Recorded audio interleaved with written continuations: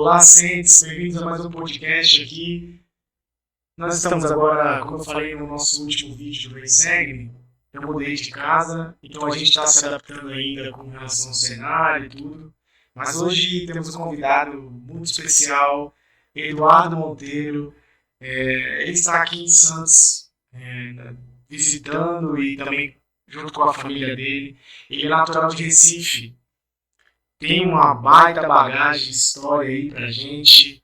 Ele já foi presidente de destaque em Recife, já foi registrador do templo, então é um cara que vai nos ensinar muito, já foi em 3 países diferentes, já morou nos Estados Unidos, foi agora recentemente para a Inglaterra, conhece muita história aí do Brasil e da igreja.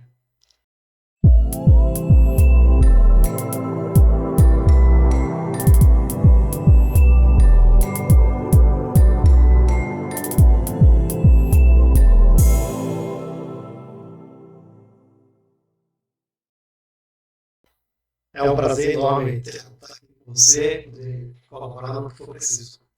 Muito bem. Como a gente já tinha comentado antes, né, início, que a gente queria saber de você. Eu conheço muito pouco do Nordeste, apesar de ser das minhas raízes. Meus avós vieram do Nordeste, a minha linhagem toda, toda a minha história da família se reduz a isso. Mas como foi a sua infância? Eu sou de uma época muito diferente da sua, então como foi sua infância lá, até você conhecer o Evangelho? Então, Tiago, você quando fala assim da minha infância, eu vou lá para trás e vejo, tem muita coisa para contar, né? Mas eu vim de uma família assim, muito humilde, né? Meus pais, eles moravam na cidade de Monteiro, na Paraíba. E, devido às circunstâncias de trabalho e tudo, nos anos 50, eles migraram para Recife. Trabalho com a moda melhor. E eu nasci em Recife, né? Passei minha infância toda em Recife. Minha mãe, eu sempre falo dela com muito carinho, né? Porque foi uma grande guerreira, marcou, lógico, a minha vida muito. Ela, desde pequeno, eu ter 9 irmãos, era eu e mais 9, eu percebia nela um carinho assim, sabe, por mim. De ter tantos filhos para cuidar. Eu, às vezes, pensava, puxa vida, acho que eu sou um aqui perdido, mas não. Eu via que ela se preocupava comigo também. Então, ela buscou me educar bastante. Ela era uma pessoa bastante religiosa, né? Frequentava a igreja católica. E do que eu sei, eu sabia, então, na minha infância, eu aprendi com ela. Através da religiosidade dela, né? Eu pude aprender alguma coisa. Assim, quem é Deus? Eu aprendi através da minha mãe, né? E os princípios básicos, coisas simples. De educação, assim, né? Isso, de educação. Minha mãe estava ali sempre. E se você pudesse dizer valores principais que você fala da sua mãe, você lembra? Essa aqui foi ela que A ensinou. palavra é honestidade. Ela ensinou bastante isso. Eu, como criança, né? Claro, faz bobagem, né? Mas ela ficava brava, então ela ficava triste, ela dava uma bronca assim. E mostrava para mim que a honestidade é uma coisa assim que valor muito, sabe? Então isso aí eu aprendi muito com ela, nesse sentido. E outras coisas em geral. E é bom que no mundo de hoje em que a honestidade ela não é valorizada, na verdade, é até deixada de lado, porque a gente vive num mundo de corrupção hoje. Então esse valor aí, com certeza, é um dos mais importantes para se viver nesses últimos dias. Isso, valeu muito o ensinamento dela nesse período aí que eu era uma criança, né? Crescendo na vida de tanta gente. Né? Então, sim, eu lembro de coisas, né? Minha mãe fez, eu era criança. Assim, você sabe, Recife, né? É uma região de praia, né? Praia muito boa, diferente. E eu, assim, já estava crescendo por volta de 13, 14 anos, não bem a idade, né? Eu já estava saindo sozinho e tudo com os amigos. E aí eu fui numa praia. Na praia. Eu vivo, cara. 13, 14 anos, não recordo direito da minha idade. E lá na praia, eu acabei estendendo, né, o horário de retornar para casa. E eu lembro que eu estava de boa, assim, sei lá, talvez 3 horas da tarde, eu chegando em casa. E quando eu aponto na rua, eu vejo um desespero lá, as vizinhas acalmando minha mãe, porque já era 3 horas da tarde e eu não tinha chegado em casa ainda. Então, foi meio engraçado, né? E ela me abraçou, falando onde é que você estava e tal, né? E o que eu posso agora, né, tirar disso aí é que existia um cuidado, existia um amor, e uma preocupação, apesar de tantos filhos. Legal. E como foi seu primeiro contato com a igreja? Você conheceu? Quantos anos você tinha? Como foi esse processo? Esse processo aí foi bastante interessante. Eu me batizei no dia 25 de maio de 1980. E como eu conheci a igreja, na verdade eu conheci através da então minha namorada, que hoje é minha esposa, né? Ela conheceu a igreja primeiro que eu. Ela batizou-se na igreja um mês antes de mim. Interessante, Thiago, quando ela se batizou na igreja antes de mim, a gente namorava, tínhamos, ela tinha que dar uma satisfação, mas ela não me disse. Ela fez com, sei lá, escondidinho, não sei. Ela não contou para mim que tinha se batizado. Né? Depois de alguns dias, ela me chamou de canto e disse, olha, é o seguinte, eu entrei para a igreja tal, e meus métodos vão mudar de algumas coisas.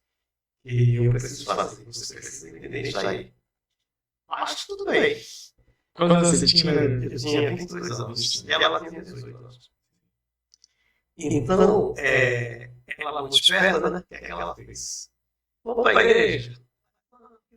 4 da tarde. Então passa lá para me pegar. Lá para 11h30, por aí, terminando no meio-dia, né? E aí eu ia buscá-la, né? Às vezes eu chegava mais cedo e estava ouvindo, né? As mensagens e tudo. Aí, nos domingos seguintes, eu comecei a chegar mais cedo. Eu comecei a me interessar um pouco naquilo que estava sendo abordado ali, tá? De maneira que eu acabei falando com os missionários, né? E dizendo assim, ó, eu preciso saber e conhecer a igreja do começo, porque eu tenho vindo ver aqui com a minha namorada, eu vejo discurso, às vezes algumas aulas, mas eu estou pegando as coisas soltas e não estou conseguindo fazer uma... Você era mais um visitante do que um pesquisador. Não, exatamente. Visitante. Um visitante estava ali ouvindo algumas palavras que eu não tinha a menor ideia, né? E eu falei com eles, né? Só tem algum detalhe. Os missionários, nessa época que eu me batizei nos anos 80, eles eram bem ocupados lá no Nordeste. A igreja do Nordeste, depois eu falo um pouquinho sobre isso, no início, pelo menos, quando eu me batizei. Mas eu tinha que conversar com eles e eles arrumaram uma vaga lá na agenda deles para poder se entender e fazer uma palestra e dar uma aula e um ensinamento sobre a igreja. Né? E, bom, mas aí eles arrumaram uma data e eles me ensinaram um sábado, dia 24 de maio de 80, e na ocasião eu não percebi, mas ele fez todas as palestras num dia só. Ou pelo menos ele fez um resumão, mas demorou bastante, sabe? E no dia seguinte eu me batizei. Mas, nossa, no sábado, quando ele estava na palestra, eu escutava o que ele falava e me parece que não era a voz assim de uma pessoa humana. Parecia que era um celestializado mesmo. Parecia que eu estava falando ali com um anjo. Ele estava me contando as coisas celestiais. E eu até pensei em negar, porque eu tinha uma vida, né, de festas, ricos, essas coisas, né? Mas eu não neguei, porque era uma verdade absoluta que estava sendo dita ali para mim, entrando no meu coração uma flecha e fiquei preso. E eu disse sim, e esse sim vem durando até hoje. Com muita tranquilidade, eu digo que foi assim, um divisor de água na minha vida. E é uma experiência inesquecível, né? 22 anos, no auge da sua idade lá, poder fazer qualquer coisa, e de repente aceitou se batizar, porque não tinha como negar, né? Uma experiência. Tinha. Agora você vê, ó, vendo assim, outras coisas. As paralelas que aconteciam naquele momento, né? Que eu resolvi. Isso foi em 1980. 80. É, Nem sonhava, né? ó, eu trabalhava numa empresa pública, tinha bastante amigos e tinha minha família que não eram membros da igreja. Então, todos esses grupos eu tive que enfrentar no sentido de me explicar, né? Porque eles, a igreja, certo? Não era nem conhecido, não. Eles nem conheciam muito bem a igreja. Então, não sabia que igreja era, sabe? E alguns me questionaram: o que é isso aí? Por que você agora está falando isso, não faz mais aquilo, né? Meus amigos teve um que me desafiou mesmo, pegou na minha pega assim: você tá louco, esses americanos? E eu disse: não, calma. Aí expliquei para ele o meu sentimento que eu tive no momento Que é difícil explicar. É difícil explicar, com certeza, né? A minha família, né, meu pai, minha mãe, meus irmãos, até que eles compreenderam muito bem, né? Isso aí foi tranquilo. No trabalho também tive uma certa dificuldade, porque eu tinha amigos também lá. E eles também, alguns deles, até se afastaram de mim, né? Se afastaram de mim. Perdeu alguns amigos, né? Isso é natural no processo de se converter à igreja. Isso. Teve um que chegou a dizer assim para mim que você agora é um prisioneiro. Mas por quê? Não, porque agora a gente sai para festinha, tomar uma cervejinha, e agora você está proibido de fazer isso. Aí eu assim, veio na hora, na minha mente, falar o que eu nem imaginava que eu poderia falar. Mas aí eu falei para ele assim, digo, ó, eu acho que não, eu acho que agora eu estou livre. Você falou isso naquela época? Muito conhecimento. Nada. Não, agora eu estou livre. Talvez você que esteja preso ao bebida. Eu não, agora eu estou livre. Eu falei para um amigo do trabalho. Isso foi interessante, bastante marcante na minha vida, esse momento aí. E eu acabei falando isso em algumas ocasiões e discursos que eu fiz. Esse é um discurso que continua até hoje. Né? As pessoas acham que nós somos presos por viver certos tipos de padrões e os mandamentos de Deus. Mas na verdade é o oposto. A gente aprende a não ser preso dos nossos desejos. As pessoas que se acham livres, né? E na verdade não é liberdade, é libertinagem, que são coisas diferentes. Na maioria das vezes são totalmente dependentes dos seus próprios desejos. Se tem vontade de fumar, eu vou fumar. Se tem vontade, então os desejos é que dita a vida, não é ela. E nós temos que tomar cuidado com os nossos desejos, né? Isso é uma questão. Por que você acha, essa pergunta surgiu agora, eu estava pensando, que a igreja teve um crescimento muito grande no Recife, né? Esse é bom você falar. No Recife. Em Recife ou no Recife? Por que isso? Me explica esse negócio aí que eu sempre tenho essa dúvida. Então, assim, veja, quando você diz assim, a cidade, vamos me referir aqui ao Rio de Janeiro, certo? Quando você fala assim, a cidade de Rio de Janeiro, ninguém fala assim. Concorda comigo? Cidade do Rio de Janeiro. Do Rio de Janeiro. Por quê? Por causa do rio. O rio. O rio. Entendeu? Então, o rio é uma fluente, né? E que você tem que chamar de o rio. No masculino. Recife também. Recife são os arrecifes, né? Recife vem da palavra arrecifes, né? Então, quando você se refere a uma fonte natural, né? Como o rio, ou como o mar, né? Ou como as pedras do mar, aí você fala Então é o Rio de Janeiro, o Recife. Então é o mesmo do Recife dentro do Rio de Janeiro. Faz sentido.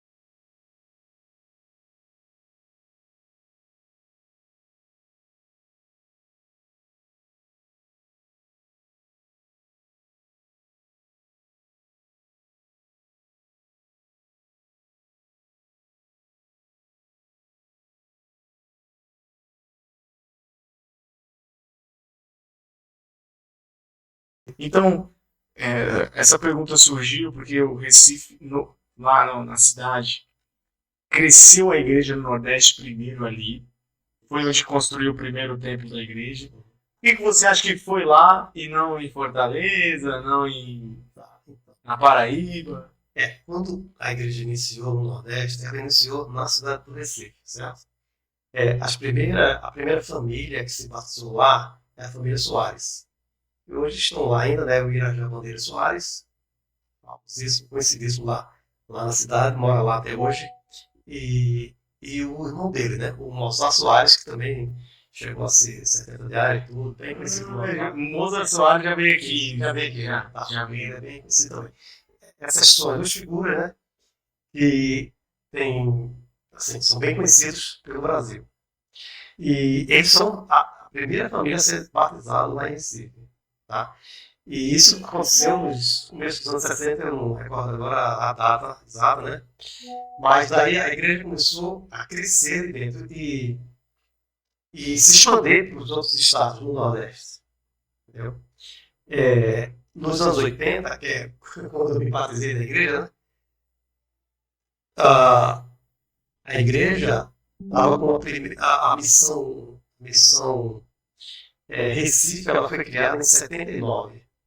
Porque antes, até então, era a missão Rio de Janeiro, que cobria toda a região do Norte e Nordeste. Mas, se eu não me engano, acho que não estou errando, em 1979 foi criada a missão Recife, e aí sim, houve uma explosão assim absurda de crescimento na igreja, de pessoas sendo convertidas, pessoas se chegando na igreja, e a igreja assim, cresceu demais. Eu recordo que nos anos 80, quando eu me batizei, o crescimento era tão grande que chamou a atenção da mídia. E eu tinha, hoje eu não tenho mais, mas eu guardei por um bom tempo a revista Isto É. Acho que não existe, não sei. Existe, acho que existe, sim. A revista Isto É tinha uma manchete lá de, sei lá, 2, 3 páginas falando sobre a igreja e tinha uma foto do primeiro presidente de missão lá. Quando eu lembrar o nome, eu falo para você. E uma reportagem enorme. Por quê? Por causa desse crescimento absurdo que estava acontecendo no Brasil da igreja. Foi gigante. Foi muito grande. E aí, em 80, né, como eu já falei aqui, eu me batizei, né? O missionário que me batizou foi o Paulo Kretley, gente boa, meu amigo até hoje, mora em São Paulo. E a gente tem... Paulo, tem que fazer um podcast com você. Já vai pegar aqui para Paulo, para ele vir aqui, certo? Então, foi incrível. Em Recife, para você ter ideia, porque os anos 80 economicamente, o Brasil estava em uma fase muito ruim. Tá? Então, eu lembro assim que só tinha uma capela no Norte Nordeste, que era a capela que situava-se na rua. Hoje não existe mais essa capela, né? Ela foi demolida, mas era a única capela no Norte Nordeste. Quando eu me batizei na igreja, essa capela estava em reforma, certo? E eu, quando me batizei, eu me batizei em uma capela, que na verdade não era uma capela, era uma casa alugada, né? A igreja fazia muito isso naquela época. E no fundo tinha um tanque. Eles fizeram para fazer o batismo lá. Então, não era nem uma piscina, era um tanque. Um tanque que eles fizeram lá, e lá passava muita gente. E interessante que eu passei, quer dizer, o que eu quero dizer é o seguinte, eu me batizei na igreja sem conhecer a capela. Concorda comigo? Eu não conhecia umas casas que ele improvisava para fazer a reunião, mas a capela dele eu não conhecia. Entendeu? E demorou essa reforma, hein? Eu não lembro quanto tempo, mas alguns meses, com certeza, foi que eu vim entrar na capela e ver o que é um prédio, né, edificado e consagrado lá para a reunião da igreja. E tudo era muito difícil, sabe? E eu lembro assim que quando tinha conferência, sei lá, 4, 5, 6 carros nos estacionamentos. Como eu falei, a situação econômica era diferente, era bem ruim nos anos 80. Não tinha toda essa dificuldade que a gente vivia ali feliz, nem pensava em carro, todo mundo andava de ônibus e foi assim, maravilhoso. Né? Eu me batizei em 80, mas logo no ano seguinte, no final do ano de 81, eu me casei. Com essa dita cuja, minha querida e amada esposa. Então você entrou na igreja por causa dela. Isso é uma boa pergunta, né? Isso é uma boa pergunta. Eu gostei da pergunta e te respondo já. É, muita gente pensa isso, e talvez até tenha sido mesmo, né? Não, veja, o interesse em conhecer a igreja partiu pela influência dela. Isso eu não posso negar. Né? Agora, eu comecei, não, peraí, ela é de uma igreja agora, cristã, e eu, como é que eu fico? Né? Então, eu comecei a tentar acontecer alguma coisa. Não? E, e acabou que, como eu te falei já aqui, na palestra, eu vi que não foi só ela, não. Né? Você teve sua experiência. Mas eu tive a minha experiência, né? De, de, de ver um anjo na minha frente ensinando o evangelho, falando sobre a igreja restaurada de Jesus Cristo, que eu não tive como negar. Eu falei disso porque eu acho interessante essa questão das pessoas que colocam aí fazer as coisas pelo motivo certo, né? Se você parar para pensar, não é bem assim, porque vamos supor, eu nasci em convênio, né, como a gente chama, já nasci, meus pais já estavam na igreja, seu filho também, né? E se você parar para pensar, meio que a gente não tem esse, eu fui por causa disso, você foi porque seu pai te levou, né? O motivo que te leva a fazer não importa tanto, desde que você tenha a sua própria experiência e adquira o seu testemunho. Porque é uma coisa certa, não tem motivo diferente. Tá fazendo uma coisa certa, pelo motivo não existe isso. No Evangelho, independente do motivo que te levou a estar na igreja, né? Isso eu tô falando não no seu caso, mas no geral. Às vezes a pessoa vai lá por outros motivos. Vai para jogar um futebol, vai para um campeonato, e acaba que fica na igreja. Você foi pelo futebol? Foi, mas depois se tornou uma coisa mais complexa, né? Tiago, você acredita? Acho que um mês antes de eu me casar, como eu te falei aqui, a igreja estava num crescimento tão grande que precisava de muita liderança. E quem era a liderança? Era todo mundo novo. E eu estava ali no meio das pessoas que poderiam ser escolhidas para um chamado. E eu ia ter muita dificuldade para fazer por causa da minha experiência, né? Que era zero, né? E de todo mundo também. Todo mundo também. Entendeu? O presidente da missão, quando ele chegava, né, meu amigo, era a gente ali ia aprender, sabe? Mesmo que era a igreja. Né? Porque o resto todo mundo era muito jovem, muito novo, muito inexperiente. Mas aí, um mês antes de eu me batizar, pode acreditar, fui chamado o presidente do ramo, o ramo Jari São Paulo, foi o bairro onde eu nasci, né? Lá em Recife. O bairro de Jari São Paulo. Já pegou uma bucha logo de cara. Foi. E aí me chamaram para o presidente, porque, para esclarecer que quem está ouvindo não é membro da igreja, é uma espécie de um bicho, né? Só que com menos poder, vamos dizer assim. E eu tive que encarar isso aí, né? Muita coisa eu fiz e muito ensinamento até que eu também totalmente perdido, né? E fui aprendendo ali, ele achar que era o presidente da estaca. Ele me ensinou bastante, né? E outros irmãos. Ele me ajudou naquela ocasião difícil de ser recém-casado e já um presidente de ramo. Com 24 anos, para 25, né? Interessando pessoas mais velhas. Tinha vizinho, uma família de vizinho meu, né? Que me viram crescer, né? Que era a família toda se batizou na igreja. Né? E agora eu estava entrevistando a mulher que me viu crescer. É uma coisa minha. Isso, né? Porque entrevistar uma pessoa que me viu nascer, né?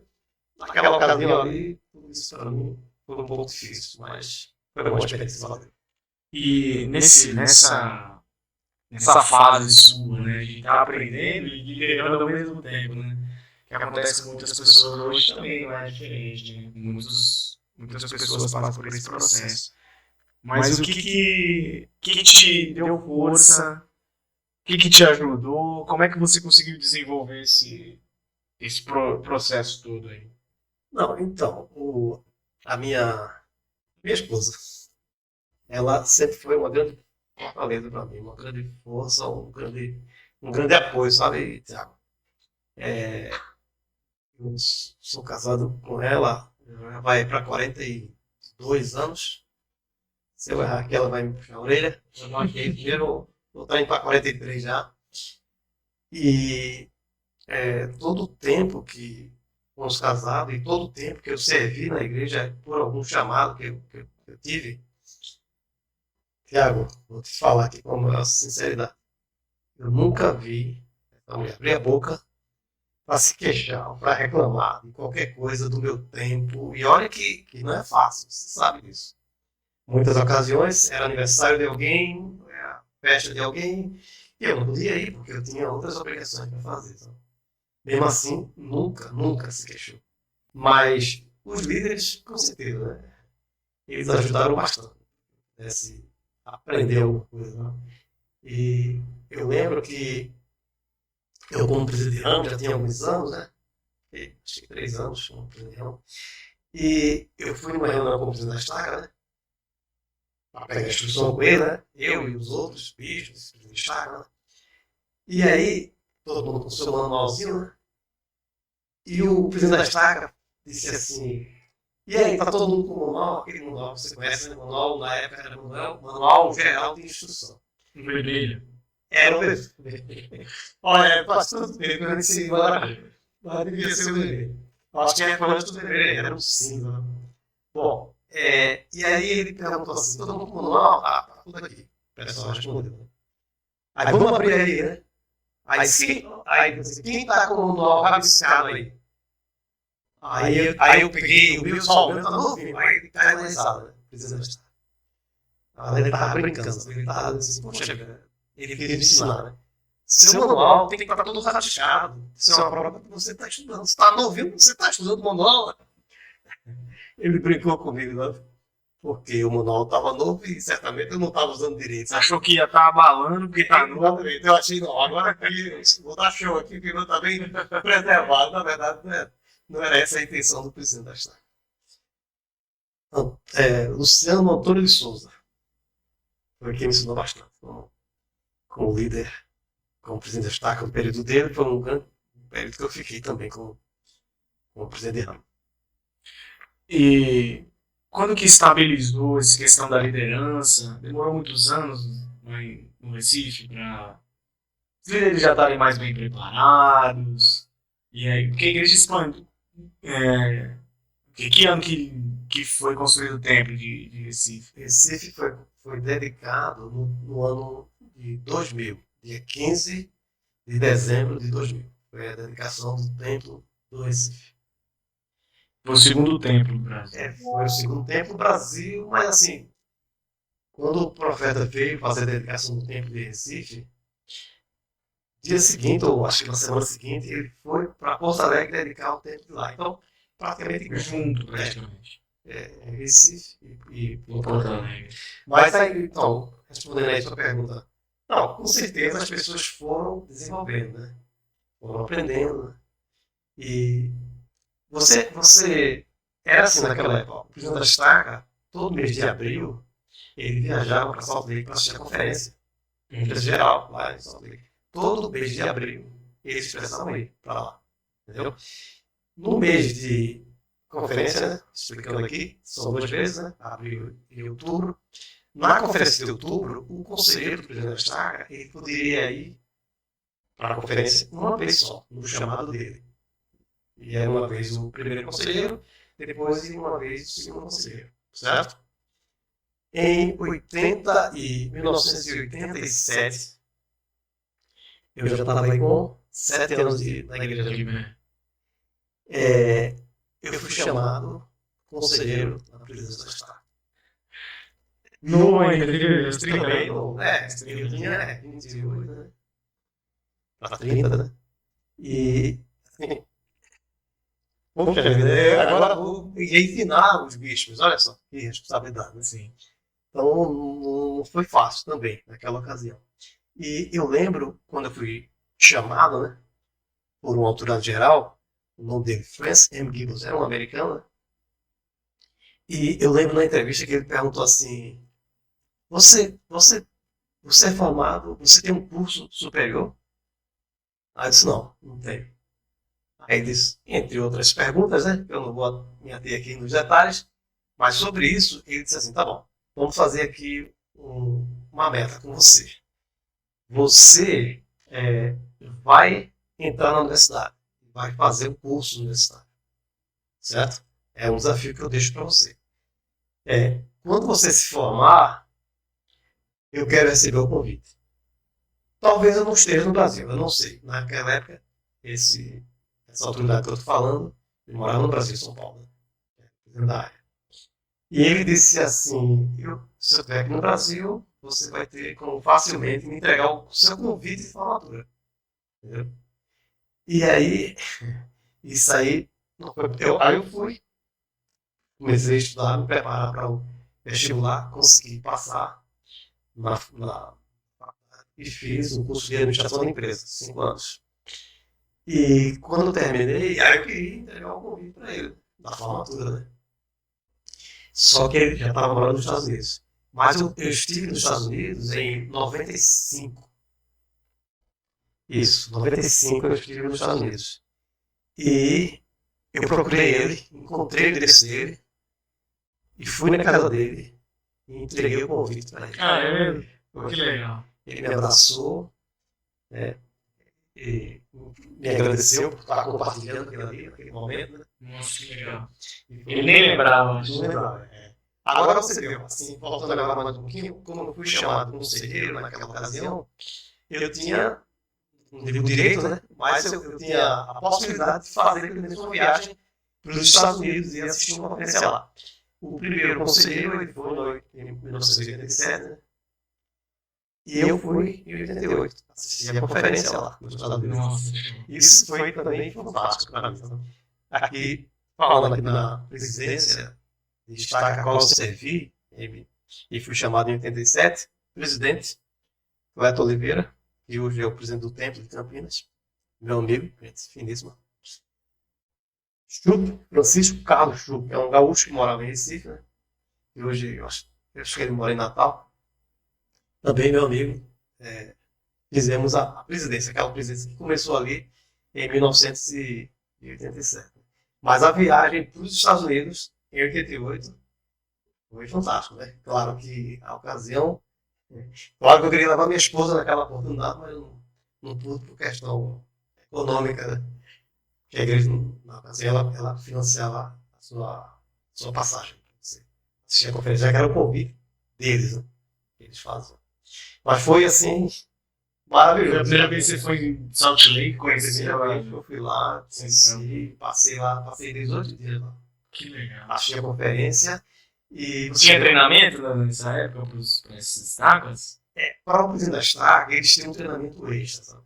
Mas para o conselheiro, que era o meu caso, não tinha um treinamento extra. Mas tinha que assistir todas as 5 sessões, né? Uma nota, certo? Porque naquela época era diferente. Então, a facilidade hoje, a gente assiste a conferência ao vivo, mas naquela época, eles mandavam, a gente só via o conteúdo da conferência e chegava na Liarona com, sei lá, 6 meses depois. Entendeu?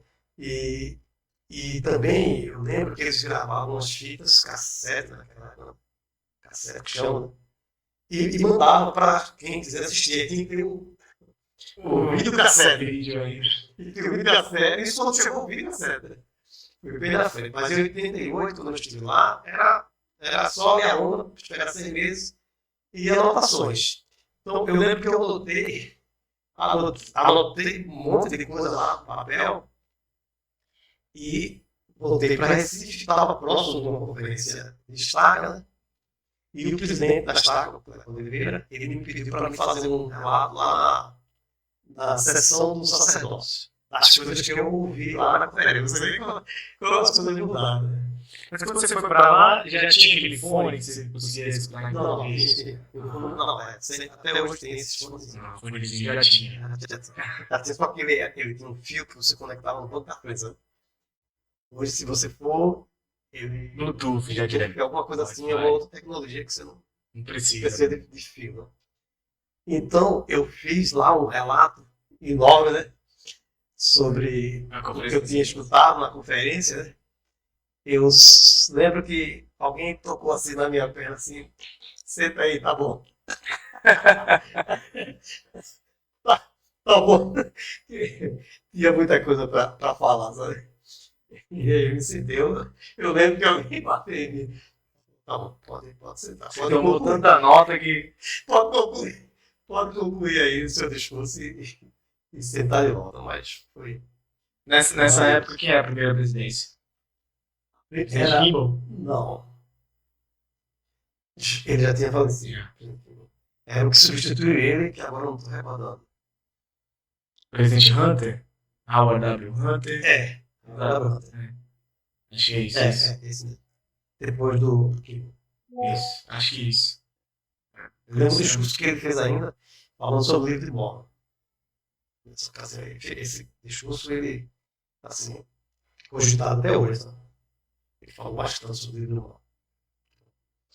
Se alguém lembrar aí qual era o profeta depois do presidente Kimball, eu acho que é o presidente Hunter. Não sei se é exatamente Benson, acho que foi antes. Eu acho que foi. Benson? Exatamente Benson, acho que era antes do Kimball. Calma aí que eu vou olhar agora. Calma aí que eu vou tirar essa dúvida agora. Não vamos ficar com essa dúvida não.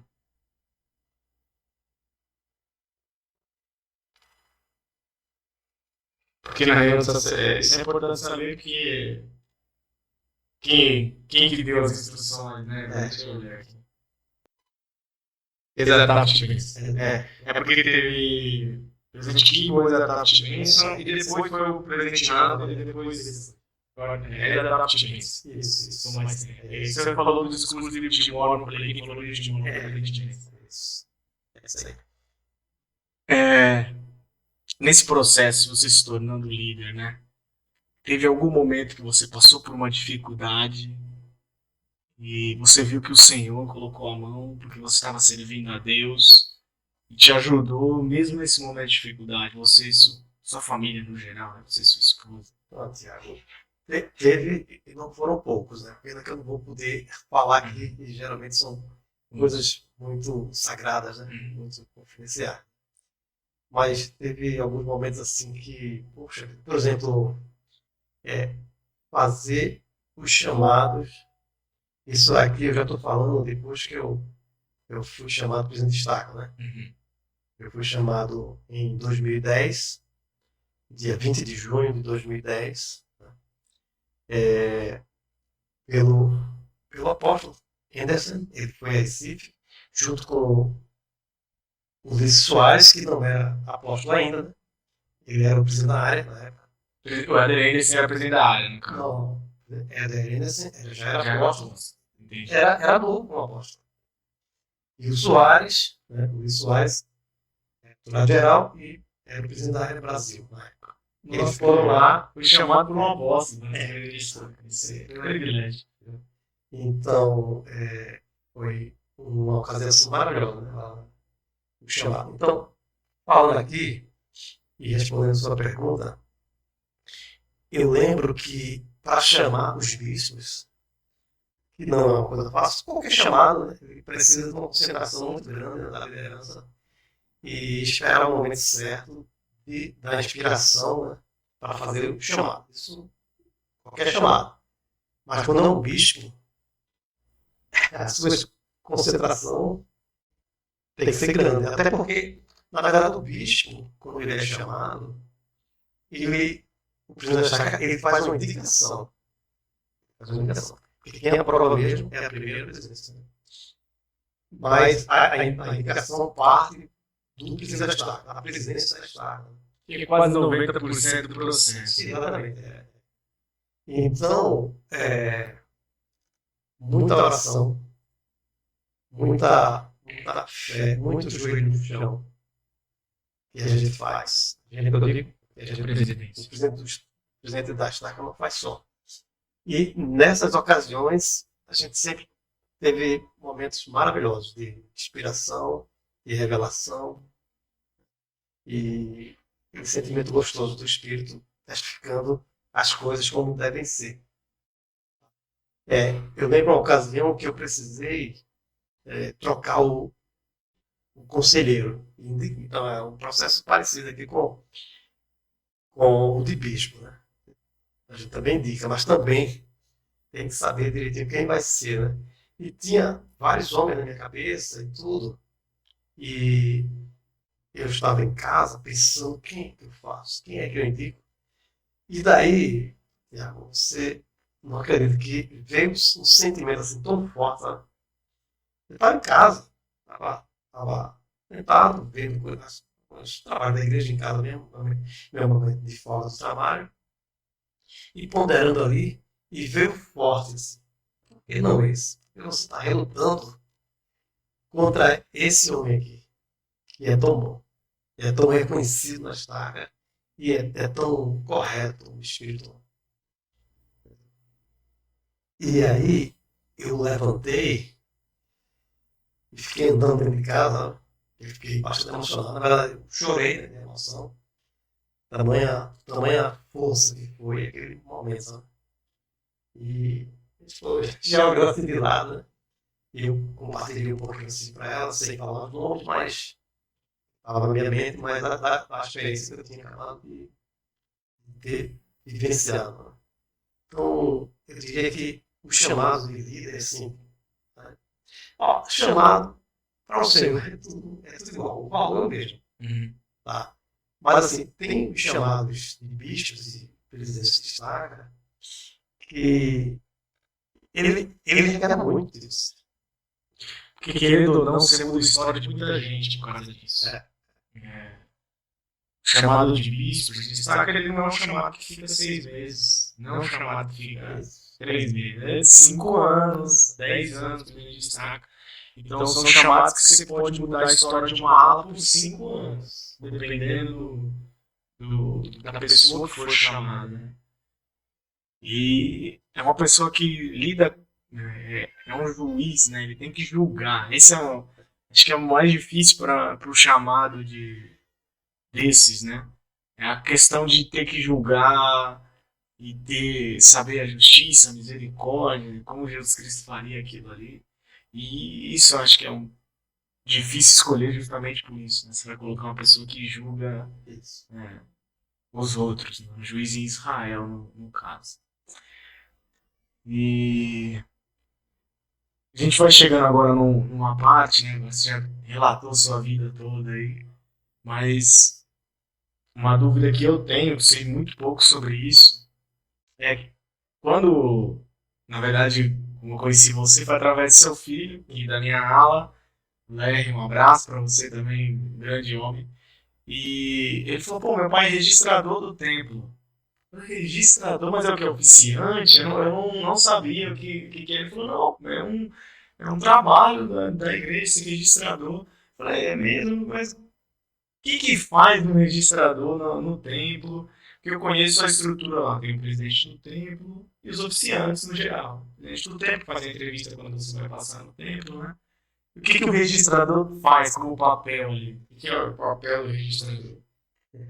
Gostei da pergunta e respondo. É o seguinte: o registrador, ele, ele é um tipo assim de um administrador. Eles põem o nome de registrador porque, na verdade, o que está sendo feito nos templos são ordenanças. E essas ordenanças precisam ser registradas. Aí, então, convencionou ali o nome registrador. É o que ele faz junto com a equipe, claro. Né? Registrar tudo que se passa do tempo em termos de ordenança. Né?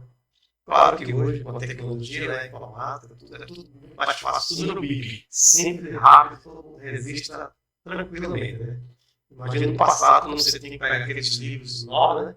E sair ali, ó, escrevendo a cada ordenança que acontecia no tempo, você saía deixando.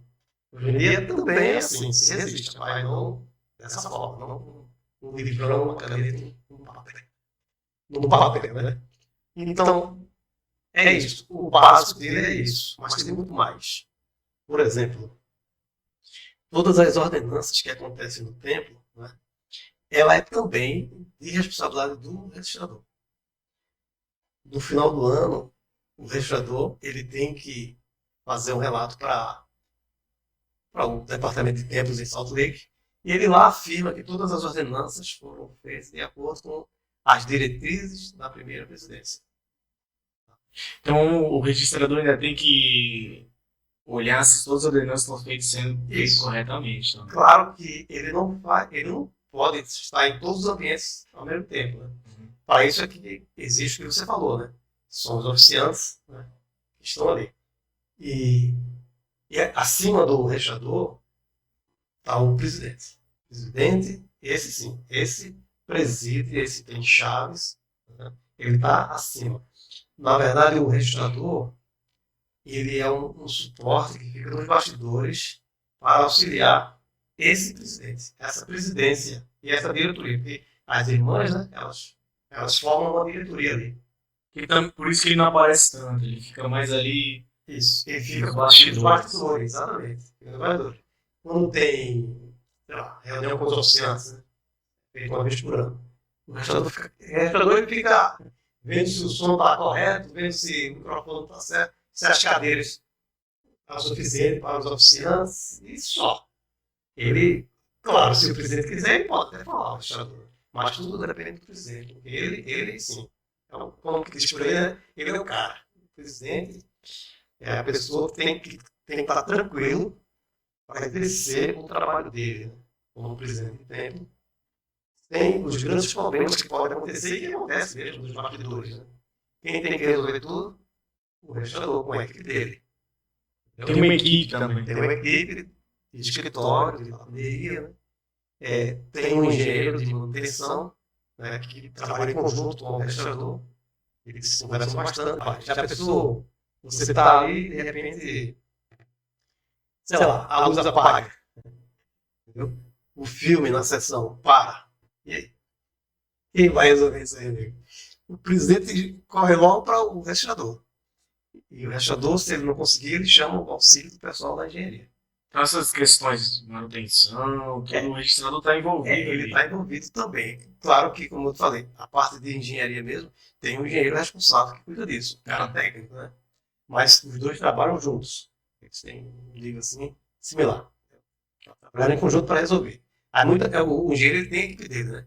Pessoal de limpeza, de segurança, né?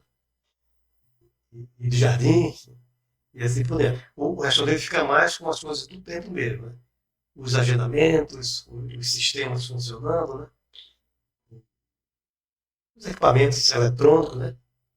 Tudo tem que estar em perfeito funcionamento.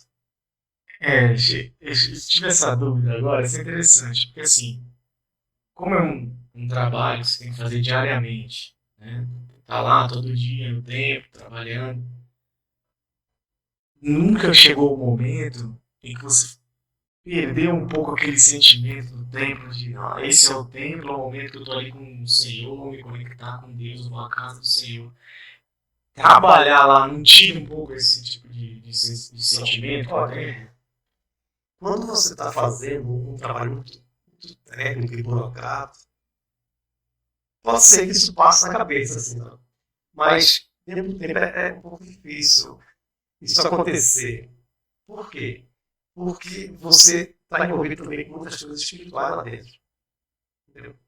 Você falando no registrador, ele faz uma caminhada pelo tempo e ele observa algumas áreas de ordenanças. Então, tudo aquilo ali são coisas maravilhosas. Né? Tudo ajuda para que esse clima de rotina, né, ele fique esquecido e a concentração seja para as coisas espirituais. Mas eu entendo a sua pergunta e isso pode acontecer mesmo, quando você se preocupa muito. Porque, outra coisa também que o registrador tem que estar inteirado é com a parte financeira. Né? Ele tem um pagamento de dívidas, né? O presidente do templo não deve se envolver com isso. Não se envolve com essas coisas. Isso é o registrador. Ele tem que aprovar pagamentos, ele tem que controlar despesas. O templo ele tem um orçamento que é dado para fazer despesas. Tem que se ajudar aquilo ali. Lavanderia, escritório, manutenção. Então, é outra coisa que pode realmente deixar, tornar um trabalho simples e mecânico e financeiro como um outro qualquer. Tá? Mas, em paralelo a isso, ele faz várias coisas ao mesmo tempo. Tem os dois lados, né? Agora, uma coisa interessante que o pessoal que trabalha no escritório, né, em geral, o pessoal da lavanderia também, e eles adoram, sabe o que é? É fazer um atendimento às pessoas que chegam lá. Principalmente no escritório. O que é que acontece no escritório? Você sabe que essa coisa de genealogia, história da família, ordenanças, o que pode, o que não pode, tem muitas regras que às vezes não é muito acessível aos membros em geral. Até mesmo a liderança. E aí eles têm muitas dúvidas. Fora que muda bastante, todo mês muda. Muda alguma coisinha e tal. Então, quando as pessoas chegam para fazer uma ordenança familiar, né? Geralmente envolvendo também falecidos, né? E ela não sabe como fazer. Ela chega no balcão e a gente leva ela para uma salinha para organizar tudo e orientar. No computador a gente vai fazendo de maneira que daqui a pouco está tudo pronto, liberado para ir para a mão do selador para ele fazer a ordenança. Aí aquela pessoa que chegou ali cheia de dúvida, até mesmo sem saber se ia conseguir, se ia poder fazer aquela ordenança, porque poderia ter algum impedimento, né? Mas quando ela vê tudo resolvido, geralmente essas pessoas se emocionam. Né? E a gente que fez? Você acha que aconteceu o que com a gente? Que está ali ajudando e a pessoa se emocionando, que agora vai fazer uma ordenança que talvez ela não poderia fazer, ou ela não sabia como fazer. Ela se emociona no funcionário. Mas isso é uma gratificação. Isso é maravilhoso. Atender as pessoas. Uma família tendo pelada, você ajudar ali, dar um sério da família, e de repente você resolve o problema dela. Tem muitas regras, sabe? Pode, não pode. Muita coisinha, não? Mas isso aí é o ponto forte, assim, do lado do escritório, em termos de.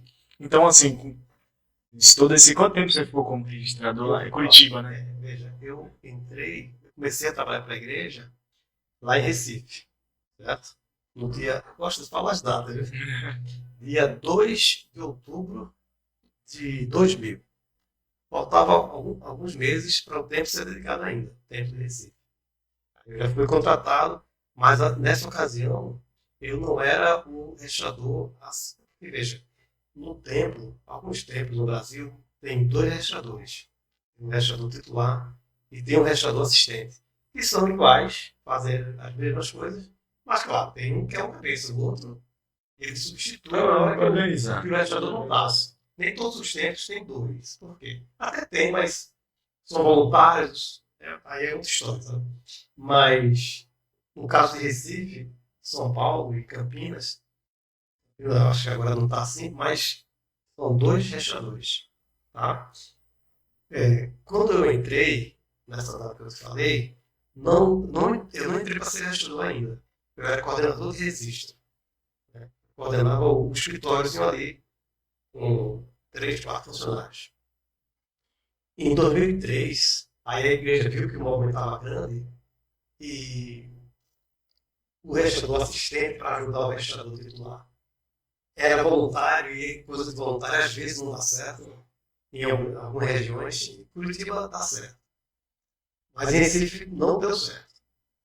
Então, a igreja aprovou contratar um registrador profissional para ser o registrador assistente no tempo de Recife. E aí, eu já estava ali, né? Já estava com 3 anos lá no tempo. Eu participei da concorrência e fiquei. E fui chamado para ser o registrador assistente. E aí, quando foi. E fiquei aí o tempo todo. Quando foi em 2020, teve outras oportunidades para participar das seleções em ser registrador em outros tempos, mas eu acho que chegou a não participar. Uma decisão minha e da minha esposa. Mas, em 2020, houve tipo assim uma emergência, sabe? Lá em Curitiba, o registrador, ele saiu, né? Ele não quis mais. Ele pediu para sair. E a igreja ficou assim, né? No departamento de templos, né? Eu vou ir agora, vamos colocar quem lá, né? Não pode ficar assim sem ninguém, né? Porque foi meio rápido. E eles fizeram uma seleção interna para ver quem poderia ser o rastreador lá em Curitiba. E sinceramente, eu não estava nem pensando em participar, sabe? Não estava pensando na minha cabeça mais, porque já estava muito próximo da minha aposentadoria. Eu disse, não vou ficar por aqui mesmo. Aí o rastreador lá, né, o Fábio Falvar, meu amigo, um abraço para ele, é, ele falou para mim, ó, você vai participar da seleção lá para Curitiba? Eles estão fazendo só interno. Eu disse, não, Fábio, eu não vou fazer, eu já estou próximo da aposentadoria. Eu acho que eles vão querer uma pessoa que possa ficar lá mais tempo. E aí a resposta do Fábio, né, com a sua sabedoria, falou assim para mim, esse negócio de aposentadoria aí, quem tá falando é você. Eles não estão falando nisso, não. Então, bateu na minha cabeça assim, um fator consciência, sabe? Não, se eu estou aqui, eu posso ajudar no momento que a igreja está precisando, por que não me candidatar para ajudar, se é que eles querem escolher, entendeu? Eu fui por essa situação, com toda seriedade, eu fui para ajudar. E, e aí, na seleção, eu acabei sendo selecionado e fui para Fiquei lá 2 anos e 3 meses. E foi uma outra experiência assim, top, maravilhoso. Eu assim, não imaginava que eu pudesse ter tantas experiências boas lá, sabe? Pudesse ter conhecido tanto o pessoal do Sul, né? Curitibano. Eu, assim, estou encantado. Né? Leite quente. Não, o pessoal é fantástico. Eu me identifiquei muito, né? O pessoal do tempo ali que eu convivia, poxa, muitos ali ficaram meus amigos, né? Muito bom. Quando eu saí de lá, foi feito uma festa de despedida, né, para mim, com alguns oficiantes, os coordenadores, né? E os assistentes que eu tinha lá. Eu tinha 5 registradores de assistentes lá. Cada um tinha um dia diferente. Né? Eles são voluntários. Né? Mas, assim, a festa foi maravilhosa. Né? Eu fiquei assim, comovido com o evento, né? Com a homenagem que eles fizeram para mim. Eu não esperava, né? Que eu pudesse assim, ser reconhecido daquele jeito. Sabe? Foi muito bom. E todos esses anos você trabalhando no templo, uma experiência que você possa contar, obviamente, qual foi a experiência mais marcante para você como registrador e ver aquelas experiências ali no templo? Você posso dizer com toda seriedade, né? É uma coisa assim, um pouco, não é confidencial, mas porque trabalha muito em escritório, né? Escritório sabe como é que é? Tem muito papel. Né? E papel some, né? Papel não some, desaparece na sua frente. Você não acha mais, você fica escapa. Seu buraco negro que suga os papéis. Acontece muito isso, quem trabalha em escritório. E lá não é diferente. Meu amigo, o que nós achávamos de documento perdido como uma espécie de um milagre, sabe? Ou um anjo nos guiando lá dentro. Porque às vezes eram documentos bastante importantes, sabe? E até sagrados, não poderia desaparecer. Mas aconteceu isso. E não foi uma vez só. Coisas sumirem e a gente achava um lugar que ninguém esperava que iríamos achar. Então eu atribuo isso aos anjos que estão ali no tempo, ajudando o pessoal do escritório e eu ali participando disso. Ali você viu como o Senhor usa anjos e para ajudar a sua própria casa. Tiago, você não imagina o que é você todos os dias estar na casa do Senhor. Na hora onde você sabe que é visitado por Ele. Né? O próprio Salvador Jesus Cristo. A presença dele está ali de uma forma fantástica. O templo, ele é belíssimo, ele tem um jardim maravilhoso, quadros, poltronas, tudo mais, ótimo. Mas essa, essa presença invisível que a gente consegue desfrutar lá dentro desse bom espírito, não tem preço. Não. Os ambientes, o silêncio, aquela atmosfera ali dentro, tem como descrever em palavras, porque é invisível. É só questão mesmo de sentimento. E para que fique registrado, né, para gerações, que esses vídeos eles vão ficar por bastante tempo na internet. Quais são as bênçãos que uma pessoa, independente da idade dela, ou jovem, ou adulto, ele vai receber ao frequentar o templo com certa frequência, né? Frequentar com frequência seria, mas frequentar o templo mensalmente, ou semanalmente, quais são as bênçãos? Eu acho que todos nós, né, da mesma forma que a gente vai à igreja aos domingos, passar o sacramento e ser alimentado espiritualmente para adquirir uma força espiritual para enfrentar esse mundo, é similar a você frequentar o templo, você renovar os convênios que você fez, porque você está fazendo os convênios que você já fez por si próprio, né? E você renova, você fica feliz. Você não explica, mas você sai de lá feliz. Você sai de lá alimentado espiritualmente, fortalecido, né? Para enfrentar esse mundo que você sabe como é, né? As coisas por aí, as coisas do mundo. O mundo já está dizendo, né? São coisas do mundo mesmo, né? E o templo não. O templo, a sua frequência lá, você se aproxima muito do Pai Celestial e do Salvador Jesus Cristo. Você sente toda aquela atmosfera e é verdadeiramente como se você estivesse na presença e na casa do Pai mesmo. Lá no céu. É isso. O templo é um pedacinho do céu aqui na Terra.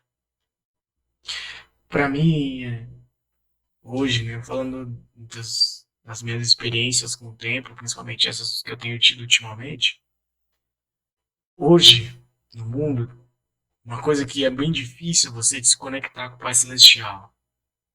Porque nós temos um campo de informações que vem o tempo inteiro, pega o celular, tem informação, vem notificação. Então a gente está bombardeado de informação, né? Recebe notificação do grupo da empresa, você tem que se preocupar com as coisas do trabalho.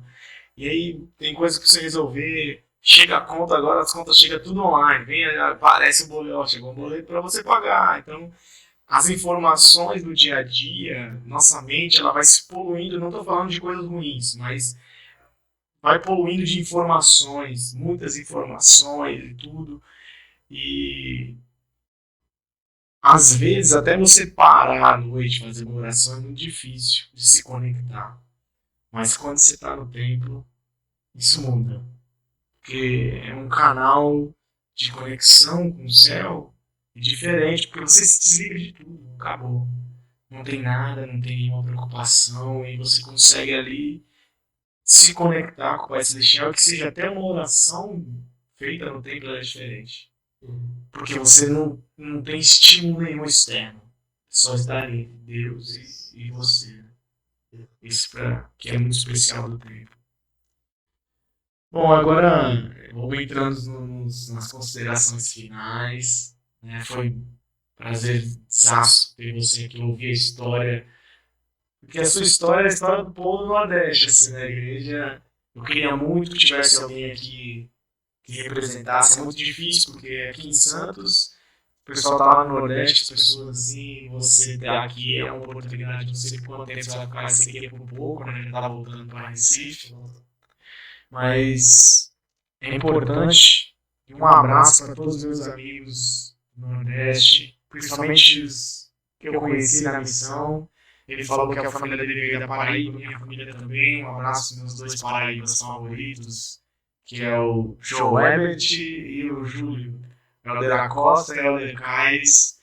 A gente conversa sempre, praticamente toda semana a gente está em contato ainda, apesar de já fazer 6 anos que a gente voltou da missão. Então, eu tenho muitos amigos do Nordeste, quero mandar um abraço para todos. E o quanto a cultura e tudo, a alegria de vocês é importante para a igreja aqui no Brasil. Vocês estão à frente, vocês estão à frente, com certeza. O que, que você poderia falar no fim agora? Considerações finais, conselhos para os jovens que estão conhecendo a igreja ou tá aprendendo, liderança nova? Quais são os conselhos principais que você tem assim, finalizando aí? Então, eu diria assim que você falando aí em jovens, né? Eu diria que o jovem ele precisa ter um foco direcionado às coisas do Evangelho, claro, mas também, Tiago, ele precisa focar nos estudos seculares, né? No, numa futura formação de uma família, um casamento, estou falando aqui, tá? Mas, acima de tudo, seguir e guardar os mandamentos de Deus, porque isso não é uma prisão, não é ser escravo das coisas que ele não pode fazer, não é uma proibição, muito pelo contrário, é uma libertação. Seguir, guardar os mandamentos, liberta, deixa você mais livre, feliz e viver uma vida melhor. Eu acho que eu agora com 66 anos, olha só, 66 anos, posso dar uma olhadinha para trás, sabe? E ver quantas coisas eu poderia ter feito se eu tivesse mais jovem, tido um aprendizado, um aconselhamento para me dar uma mas não me arrependo muito de muitas coisas não, porque tudo é muito difícil para todo mundo, né? Mas foi maravilhoso ter conhecido o Evangelho, a igreja na minha vida. Foi um divisor de água. Eu pude criar meus filhos andando por baixo dos bancos da igreja, né, e aprendendo as coisas da vida. E hoje eles estão bem, então os dois filhos que eu tenho, né, Camila e Lé, estão bem casados e também filhos, me deram netos, estão firmes na igreja. Eu acho que a vida não é fácil, mas tem que haver foco. Foco naquilo que você, naquele horizonte que você vai encontrar e vislumbrar lá na frente, que é começando pelas coisas do Salvador Jesus Cristo e o ensinamento dele. Viver isso mesmo. Show de bola. Tá bom? Muito obrigado pelos conselhos. Vou pegar para mim com certeza. Adoro quando as pessoas que vêm aqui trazem conselhos, toda a sabedoria. Pessoal, é isso aí. Lembrando que as pessoas que têm assistido a gente não é inscrito no canal, então se inscreve no canal se você está assistindo, ativa o sininho para chegar notificações para você, compartilhe com seus amigos, por favor, para ajudar a gente a bater nossa meta que já está chegando 500 na semana, a gente quer bater 500 inscritos, então forte abraço para vocês, espero que vocês tenham aprendido bastante aí com o Eduardo Monteiro, um abraço.